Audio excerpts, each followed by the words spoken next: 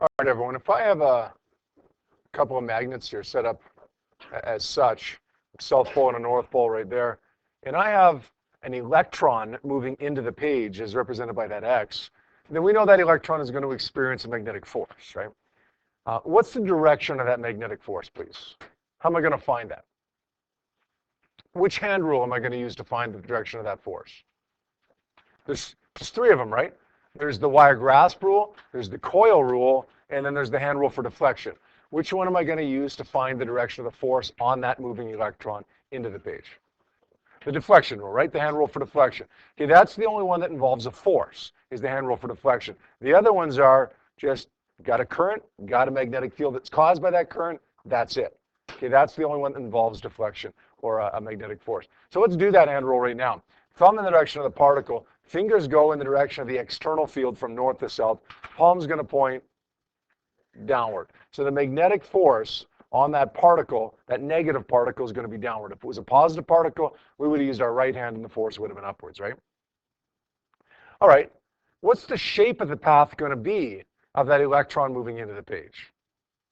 As long as it's in the magnetic field, that is, what's the shape of it going to be? It's going to be a circle, right? And of course, since it goes in a circle, we know that we're allowed to use, in addition to F is equal to QVB, we're also allowed to use F is equal to mv squared over r, which, by the way, doesn't appear on our equation sheet, not in that form at least, but we know that we're allowed to use it, and we've used it a lot of times in Physics 20, so we're probably familiar with it. If not, we can derive it from our equation sheet. We're also allowed to use the combination of those Fc is equal to Fm. Okay, let's change this question around a little bit. Let's say now, instead of an electron moving through the air into the page, let's say now that we have an electron moving through a wire that's pointing into the page. So it's almost the same thing, right? There's still an electron going into the page, but now it's contained within this wire as opposed to just moving through the air. How do we find the direction of the magnetic force on this wire? We got three hand rules, right? We got the wire grasp rule, we got the coil rule, and we got the hand rule for deflection. No. The other one. It's not the wire grasp rule, it's not the coil rule, it's the deflection rule, right? It's still an electron experiencing a magnetic force. There's no coil here, okay? There is a magnetic field that's generated by this wire that carries electric current, but that's not what we're trying to find. We're trying to find the direction of the force. And any time we're dealing with a force, anytime we're dealing with a force, it's got to be that deflection rule, whether it's a single electron or whether it's a whole bunch of electrons moving through a wire. So let's do that rule. Thumb in the direction of the current, this time into the page. Fingers in the direction of the magnetic field, palm points downward. Isn't that the same as the direction of the magnetic force on the individual electron? Of course it is. It's always going to be the same. It's still an electron. It's just in a wire this time instead of going through the air. It's always going to be the same. Now, what's the shape of the path of this electron as it goes through the wire? Is it going to go in a circle this time? No, I can't, because it's in the wire. It's going to go in a straight line in that wire. Now, that wire will be deflected downwards if it's free to move, okay, but it's not going to go in a circle. It can't. It's physically impossible for the electrons to go in a circle because they're contained within this wire. It's like you going down this narrow hallway. Okay, you're trying to go in a circle. You're trying to turn so that you go in this wide path. But you can't, because it's a narrow hallway and the walls of the hallway are preventing you from going anywhere other than in a straight line. That's exactly what we have here. The electrons can't go in a circle because they have to go in a straight line because they're in this narrow hallway, this wire. All right, what equation or equations can we use to describe this, where the wire is exposed to an external magnetic field? F is equal to, yep. I'm sorry? No, but you're close. How about ILB? What does that little upside down T mean? We've asked you that question a million times already, but ask you one more time. It means perpendicular, right? It means that the length of the wire has to be perpendicular to the magnetic field in order for this equation, or for that matter, for the hand rule for deflection to work. Same as it is with a charged particle moving through the air in through this magnetic field. Now, we're not allowed to use Fc is equal to mv squared over r here, right? Because the charged particle is not going in a circle this time. But we did encounter a question or two yesterday where we set Fm equal to Fg. That's not unique to this equation. We can set lots of different things equal to F times Fg, right? ILB is equal to M times G. QVB is equal to mg. Q times E, the electric force, is equal to M times G. There's lots of things we can set equal to that. When do we set those two forces equal to each other, though? When is the magnetic force equal to the gravitational force? When what, sorry? No, when it's not moving. It's still going to be moving here. Yeah, when it's floating, or when it's, when it's suspended, when it's floating, it's still moving. Okay, it's still moving into the page here, but it's not going up or down. The wire isn't being deflected up or down. So that magnetic force has to balance something. Okay, in this case, that equation couldn't be used because the magnetic force is downwards, and there's no way the downward magnetic force can balance a downward gravitational force. We'd have to switch this around in order for that to be the case, right? We've got a magnetic force, thumb out of the page, fingers from north to south, palm pointing upwards, a magnetic force upwards in this case, a gravitational force downwards. If those two forces are equal, of course, then the wire is going to be undeflected. The wire is not going to go up or down. Okay, does that make sense? Good? All right. We call this, by the way, remember this from yesterday, the motor effect. The basic principle behind the electric motor. In the end, an electric current goes through a wire exposed to an external magnetic field. The wire experiences a force. The wire moves as a result of that. And we talked about this a little bit yesterday with the electric motor. Okay, the current is going clockwise around here. Okay, wire 1, 2, 3, and 4. We got wire 1, 2, section 1, 2. The current is going into the page through wire 1, 2. That causes a magnetic force, thumb, fingers, upwards. Okay, over here it causes a magnetic force downwards. Okay, when it makes a quarter of a revolution in this little split ring here on the commutator, this little insulating strip on the commutator causes the electric current to stop. Then wire 3, 4 comes over and takes the place of wire 1, 2. The current reverses through the wire.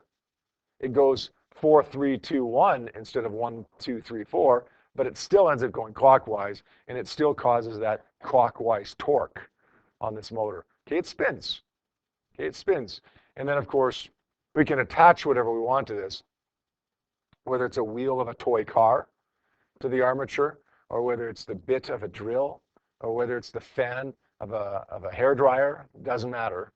Okay? Whatever it is that spins is attached to the armature, okay, and moves, it spins simply because of that motor effect, because an electric current through a magnetic field causes a force on the wire. Is that okay? All right, let's take a look at a couple multiple choice questions that I had hoped to do with you yesterday, but just didn't have quite time. Number 85 and 86, please.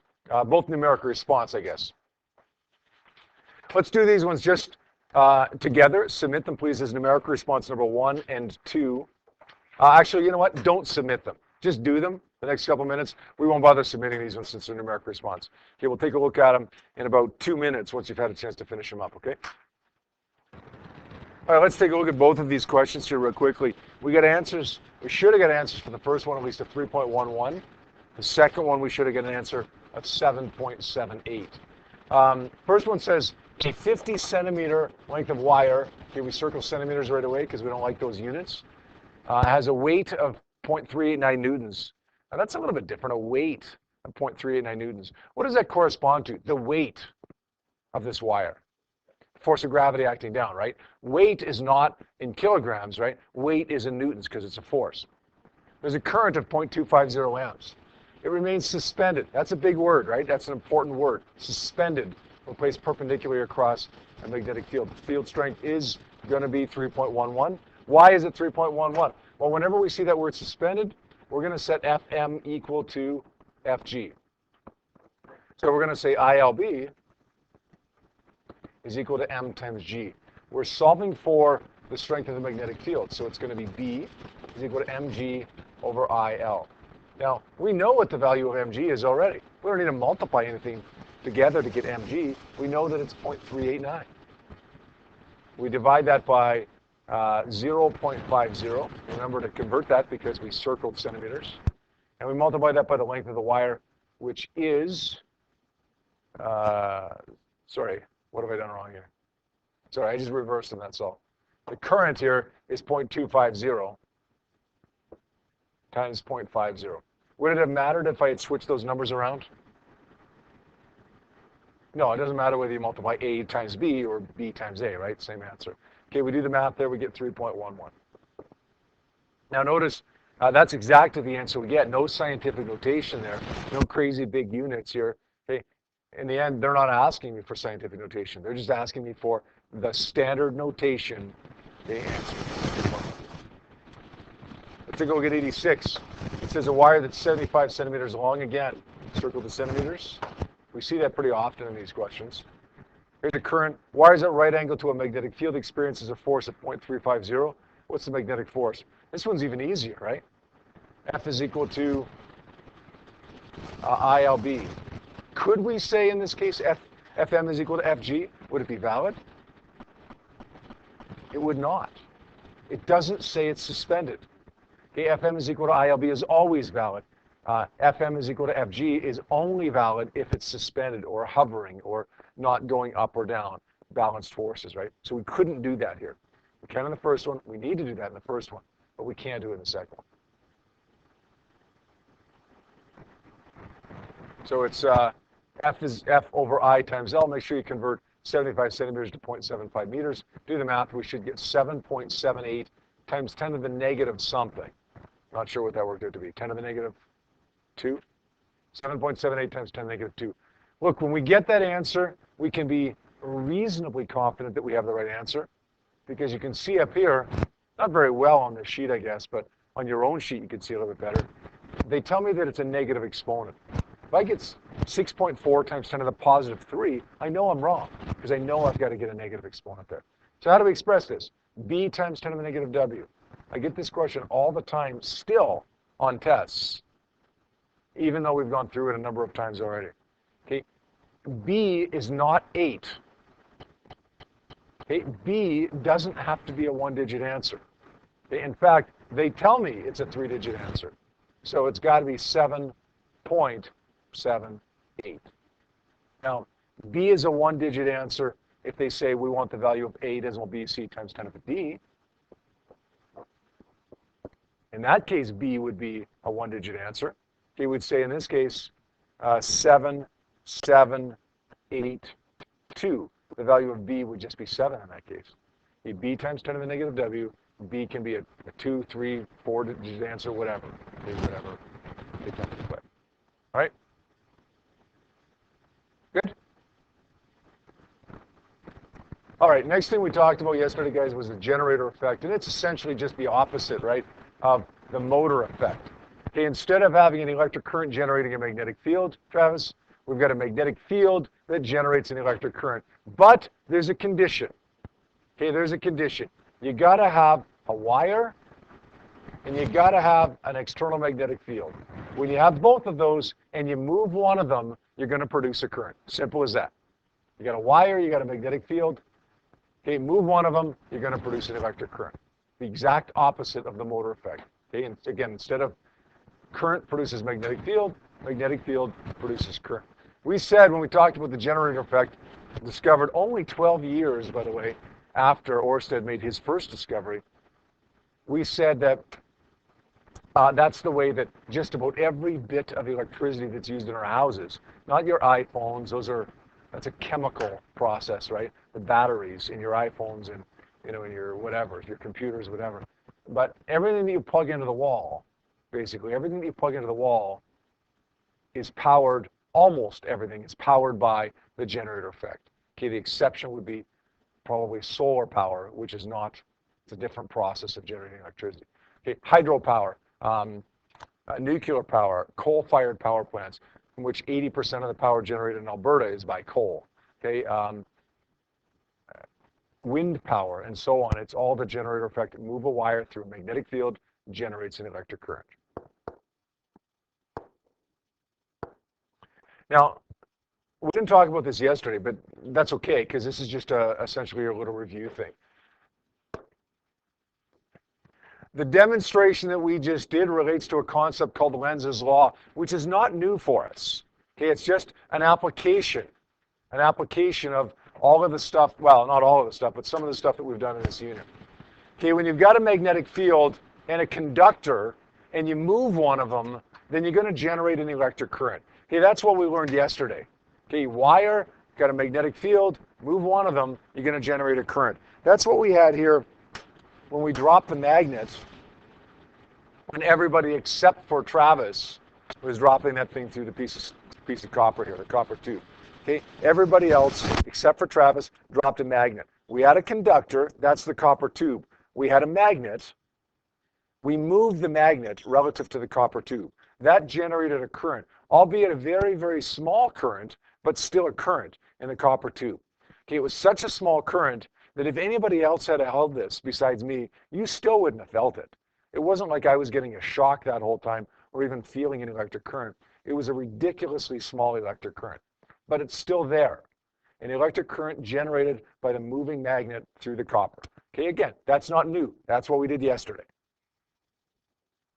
Now, what we did last week says that there's an electric current, it generates a magnetic field. So now we just made an electric current from the moving magnet. That electric current makes a magnetic field. That's the first thing we learned, the relationship between electricity and magnetism, discovered by Ørsted. So again, nothing new here. This is what we learned a week and a half ago. This is what we learned yesterday. Now we're just combining them. Now you get two magnetic fields. You get the magnetic field that we dropped. Everybody except for Travis, that is, dropped it. Travis just dropped a piece of steel. And we've got the magnetic field that we dropped, and we've also got the magnetic field that was generated by the current that was generated by the magnetic field. So two magnetic fields, magnetic field number one and magnetic field number two. And here's the deal. Here's the crux of that demonstration here. Why, when we drop a piece of steel through the copper tube, it accelerated at 9.81. Why, when we drop the magnet through, it accelerated at a much, much slower rate. Those two magnetic fields will always oppose each other. They'll always oppose the motion. Always. Because if it didn't oppose the motion, it would violate the law of conservation of energy. Think about it. If I dropped this magnet through and it was helped through as opposed to opposed through, then it would accelerate it not at 2.5 like it was here, or 9.81 like the piece of steel did when Travis dropped it. It would accelerate at 15 meters per second squared or something like that. Well, that would be impossible because you'd be creating energy from nothing. This magnet has gravitational potential energy as it sits up here. If it accelerates at a rate greater than gravity causes it to accelerate, then you're violating the law of conservation of energy. It can't happen. So if there's two magnetic fields and there's a force between them, it's got to be an opposing force, not an attractive force. Does that make sense?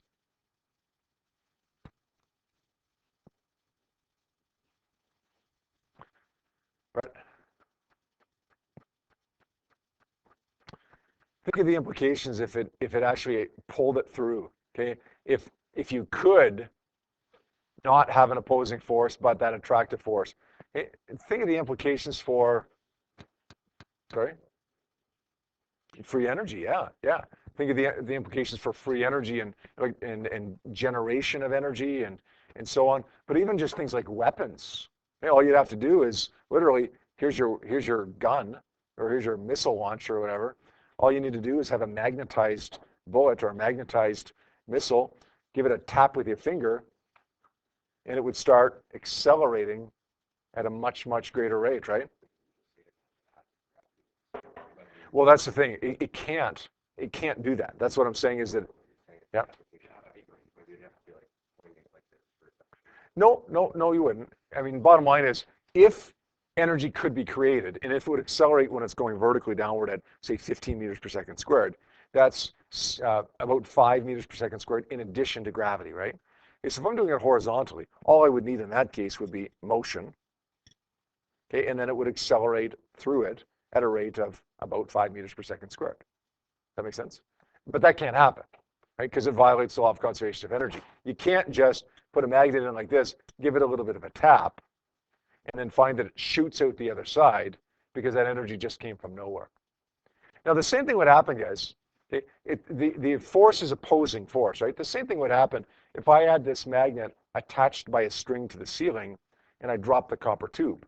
We would find the copper tube would accelerate at a rate less than 9.81 meters per second squared, right? It doesn't matter whether we move the magnet or we move the conductor. It's just easier with this setup to move the magnet than it is to move the conductor. But the same effect would happen. Yep.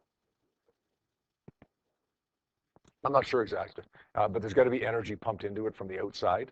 Okay, you could have something like this, but you can't create energy, so you have to put energy into it, probably electrical energy in that case, but I'm not sure exactly how it works. All right, let's spend a couple minutes here now going over some multiple choice questions. Again, more multiple choice questions that I wanted to go over yesterday here. Okay, first ones that I want to start with are multiple choice 77 and 78. They both relate to this information right here, or at least the first one relates to this information right here, this photon-matter interaction. I want you to read through this. Okay, you will recognize as you read through it that this is a completely foreign paragraph. Okay, the information in this paragraph most of you have never heard of before. Most of you have no concept of what this means. And you might not have an understanding as to what this means even after you work through it. That's okay. Don't panic about that, okay?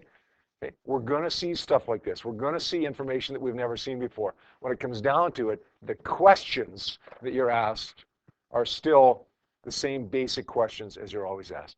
So read through this. Do 77 and 78. We'll have you submit those, please, as multiple choice questions 1 and 2. Do them both together here, okay? Multiple choice 1 and 2. All right, everyone, we're going to take a look at this here now. I've got, I don't have everybody's answers, but I've got quite a few answers right now that are option E, which is, I don't know. Okay, and that's okay. That's okay. We're going to work through this, first of all, by reading through this information here, which some of which is irrelevant. Okay, that's okay. We know that that's going to happen.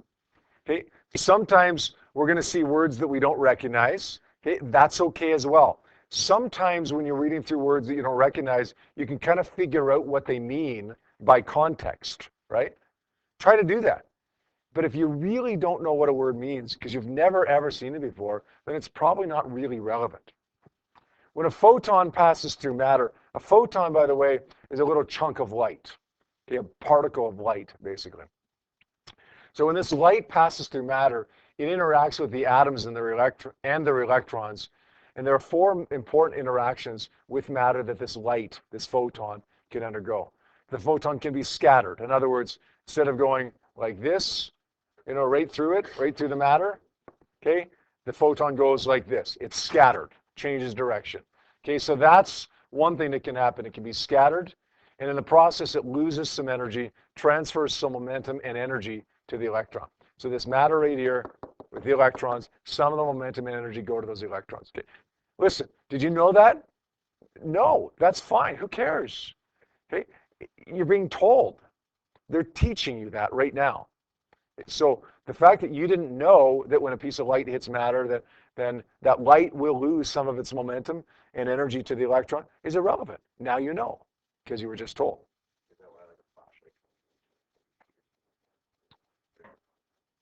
It's more, that would be more of a dispersion thing where the light's spreading out, and in the end, the energy, as the light spreads out, the energy spreads out. So, 50 feet down the way, depends on the light, right? But 50 feet, say, down the way, it's spread out so much that it's not a measurable amount straight ahead.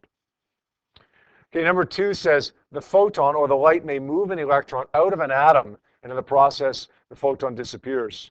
So the light's gone now. The electron jumps up to another electron level, and the photon disappears. That's called the photoelectric effect. We're going to talk about the photoelectric effect in the next unit. This is a question on an exam. You would recognize this one. You wouldn't have recognized number 1, but you would recognize number 2. Right now you don't. That's okay. 3, the photon may move an electron to a higher energy state in the atom, and in the process, the photon disappears. So the electron jumps to a higher level, but the photon still disappears. And finally, number 4, A photon may actually create matter. The most common process is called pair production. That's the production of an electron and a positron. A positron, by the way, is the antiparticle of an electron. It means it's exactly the same as an electron, except it's got a positive charge. Again, you'll learn more about that in our last unit. It doesn't really matter right now, other than you need to know that it's a positive charge. If it tells us that it's the same mass as an electron, opposite charge.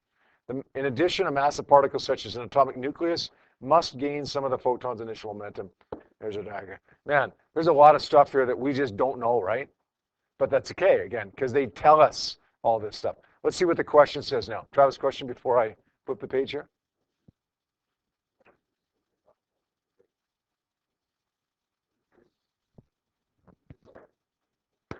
All right, 77 says the curved paths of the particles in the pair production diagram result from the electron and the positron. Okay, we talked about the positron was positive, right? They told me in the question that it was positive. Moving through an external magnetic field. What's the direction of the magnetic field? Okay, don't panic about this. Like, let's just take a step back from it. We've got particles, a positive particle and a negative particle originally going to the right.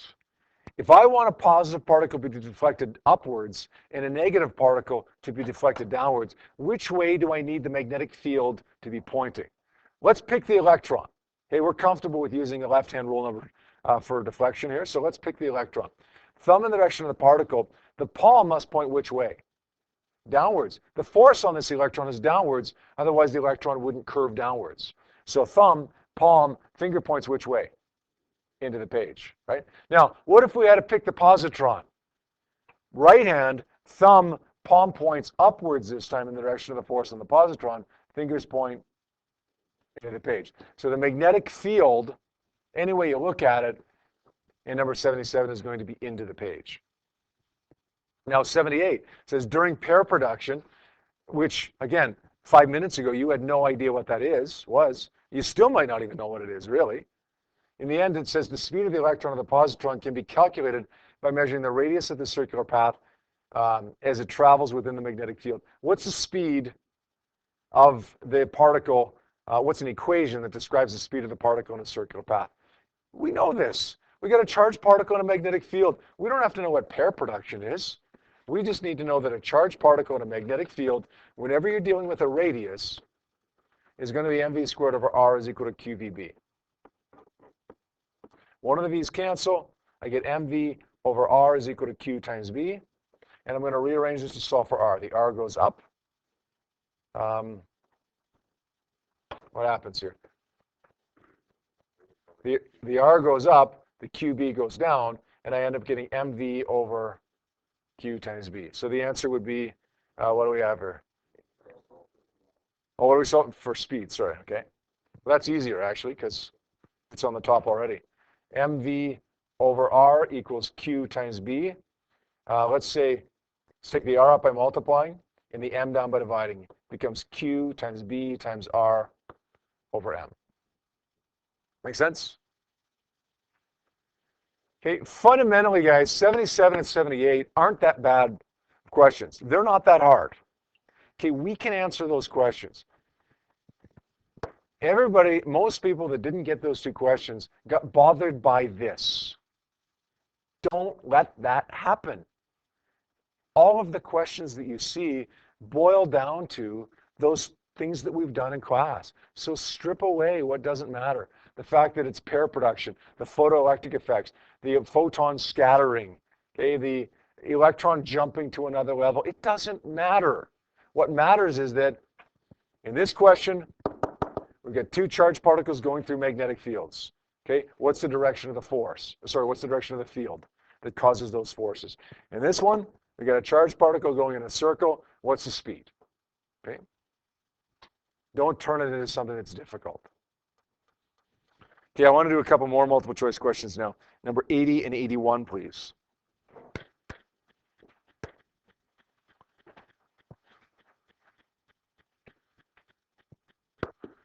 Let's everybody take a peek here. It says the information, nice and short this time compared to the last bit of information we had. says a proton with an energy of 894 electron volts travels perpendicular to a magnetic field that moves in a circular path of that radius. What's the speed of the proton? Now, I don't know about you, but when I see this question, okay, even after I've seen this question a number of times, the first thought that comes to my mind is Fc is equal to Fm. How many people try that? Fc equals Fm. Charged particle going in a magnetic field, it talks about a radius. Let's say Fc is equal to Fm. That's a perfectly valid concept here. By the way, I'm going to circle this because that's non-standard unit, right? Okay, Fc is equal to Fm is a perfectly valid concept here. Charged particle going through a magnetic field, going in a circle, good, got it. mv squared over r equals qvb. Let's cancel out one of the v's. Okay, I got mv over r equals q times b. Let's rearrange this to solve for v, okay? V is equal to qbr over m. Perfect. Proton. Okay, what's the charge of a proton? Well, we got it, right? 1.6 times 10 to the minus 19. The radius is this, the mass of the proton we have, but we don't know what B is.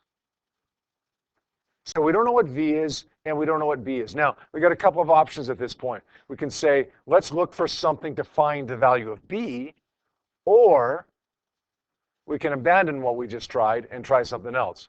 Okay? Notice, though, that even though we tried something that didn't get us the right answer, we didn't get the wrong answer. We just didn't get an answer. So it's okay to try something that's valid. You don't need to worry about getting a wrong answer. All right, didn't work for us. Let's abandon it. Let's try something else here, okay? What else do we have here? What makes this question a little bit different than the usual question involving a charged particle in a magnetic field? We have electron volts. We have the energy, right? The kinetic energy. Well, let's try this.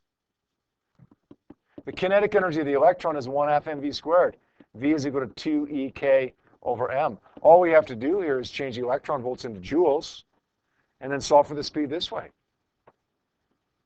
So let's say 1 electron volt over 1.6 times 10 to the minus 19 joules equals 894 electron volts over x joules. Get the number of joules, plug that in here, and solve for the speed. And I would guess right now, without looking at the answers, I'm going to guess that it's A. Is that what it works out to be? Sorry? Yes? Okay. Why did I guess A? It isn't going to be C and D. Right? It's not going to be C and D because those are greater than 10 to the 8 meters per second, right? Could be B, right? Could legitimately be B. But what's the more common speed for a charged particle? 10 to the 5, 10 to the 6, right? 10 to the 7 is possible, but 10 to the 5 is more likely. Okay, if I'm doing this on a test, I'm going to calculate that, right? I'm not going to say, I think it's probably A. I'm going to calculate it. But if you're not sure about how to do this, then pick A. Or in the end, if you're rushed on time, you're not sure, like you know, it's the end of the test, and you don't have time to really work on it like you should, pick A, because it's the more likely answer. Okay, 81 says the strength of the magnetic field expressed in scientific notation is what? All right, now this is making sense to me. I tried this and it didn't work for me. Now I can try this because now I have the speed. So let's rearrange this to solve for B. It becomes mv over q times r is equal to B. Okay, we got this. Now we have this. We got this and we got this. What does that work out to be, by the way, B? 1.20 times 10 to the 1. Okay, be careful with that, okay? Okay, that's a 12.0, right? How do they want that expressed? Not as 12.0. They want it expressed in scientific notation. A decimal BC times 10 to the D, 1201. Make sense? Good? Okay, there was one more multiple choice question that I wanted to do with you here today. 96. Let's just do this one together, okay? Because I want to give you a very, very brief outline after we're done this, okay? So just save a little bit of time. It says a proton, okay, proton enters a magnetic field at a right angle to the field. An alpha particle enters the same field, same angle, twice the speed. The ratio of the radius of the alpha particle's path to the radius of the proton's path is what? How do we do this? Sorry? That's not what I would do. At least not. It's not the way I'd start. Okay. When it comes down to it, you can introduce that a little bit, but that's not the main strategy here. Paige, what would you do?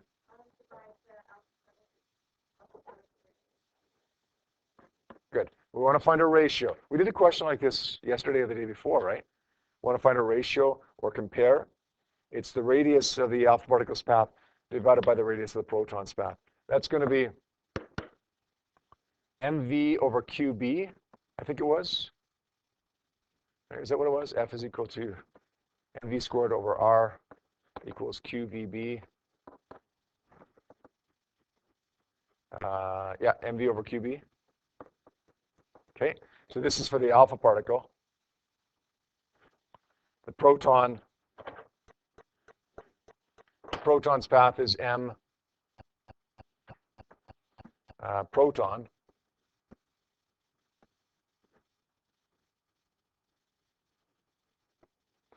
Start canceling things out if we can. Same magnetic field, right? So B cancels. The mass of the alpha particle is 4 times the mass of the proton. You can put numbers in there, right? That's fine to put the numbers in there. But the mass of the alpha particle is 4 times the mass of the proton. The speed of the alpha particle is twice the speed of the proton. The charge of the alpha particle is twice the charge of the proton. And we divide that by this. Okay, we could have put numbers in there, but man, it makes it a lot quicker if we just recognize those ratios there. MP cancels, VP cancels, QP cancels, and we're left with 4 times 2 divided by 2 is 4. What's the ratio? 4 to 1. Okay, you want to put numbers in there instead of, twice, 4 times the mass or twice the charge, go ahead. Okay, but it's a lot quicker if you do it that way. Does that make sense, everyone? All right, we got about 8 minutes left. Let's give you a real quick outline of this test. Okay, the good news is there's not a whole lot of topics that we did in this unit. First thing we did, the domain theory of magnetism, the laws of magnetism. Let's keep them straight with the laws of electricity. Why does that third law work, right? Why does a non-magnetized ferromagnetic material, why is it attracted to a magnet, right? Because of the temporary alignment of domains. It becomes a temporary magnet. We define the direction of a magnetic field.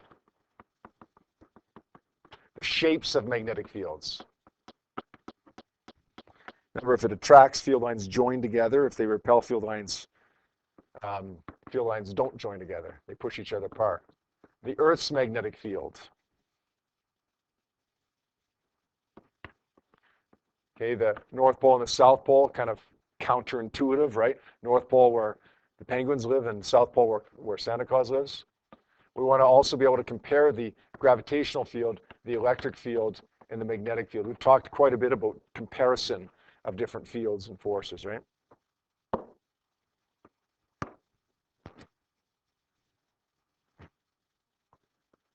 Next, we talked about Oersted, the wire grasp rule, which, remember, is not used when you're trying to find a force. The wire grasp rule is simply used when you're trying to find a field that's caused by a moving charge or caused by a wire with a current in it. And along with that kind of goes the Coil Rule, right? I'll tell you right now, the last question on the test, the very last question on the test, I remember this because I just printed off the test this morning. And I noticed the last page on the test.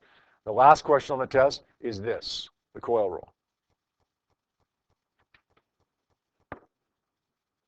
And I don't remember for sure because I didn't look through the rest of it this morning, but I'd be pretty confident that that would be on there as well. I know that that's on there. I'd be pretty confident that that's on there as well. Next, we talked about the deflection rule.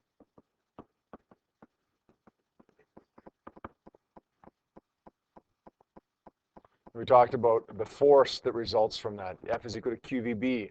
We also talked about mv squared over r.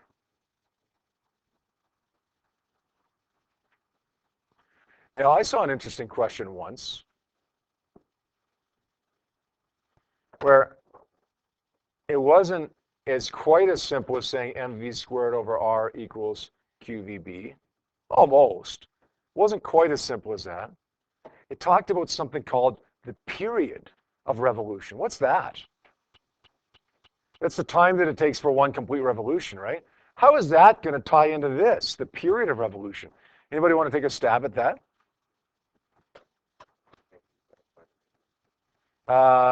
In conjunction with something else. This is on your data sheet. This equation is on your data sheet. But you also remember this from Physics 20. Remember, the speed of an object going in a circle is? Take a look at your data sheet, see if you can find it.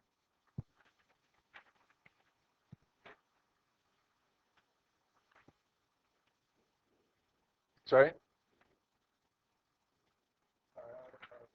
2 pi r divided by big T. Big T is the period, right? Now, you don't see that very often. Okay, but I do remember seeing a question where you do see that.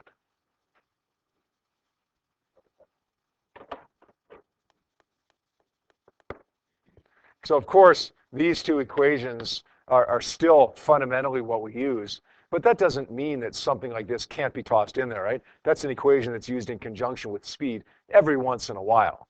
Okay, not very often, but every once in a while. So be prepared for that sometime.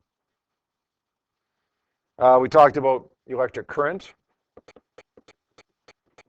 and being the rate of flow of the electric charge, but really we talked about electric current so that we could end up using this. F is equal to ILB.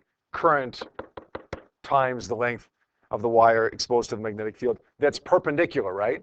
Okay, that's perpendicular to the magnetic field times the magnetic field strength. We talked about the generator effect. By the way, one more thing that I wanted to mention with electric current. Remember I told you that I've seen only 2 or 3 times over the years, in 18 years, 18 and a half years, I've only seen 2 or 3 times with conventional current on the diploma exam, right? There will be one tomorrow with conventional current. Okay, I'm not going to tell you which one it is. I'm not going to tell you the context of the question. Okay, I'm not going to remind you of that tomorrow. Okay, I just want to plant that seed in your mind right now, okay? Okay, remember to look for conventional current. Okay, it just means use your right hand, that's all.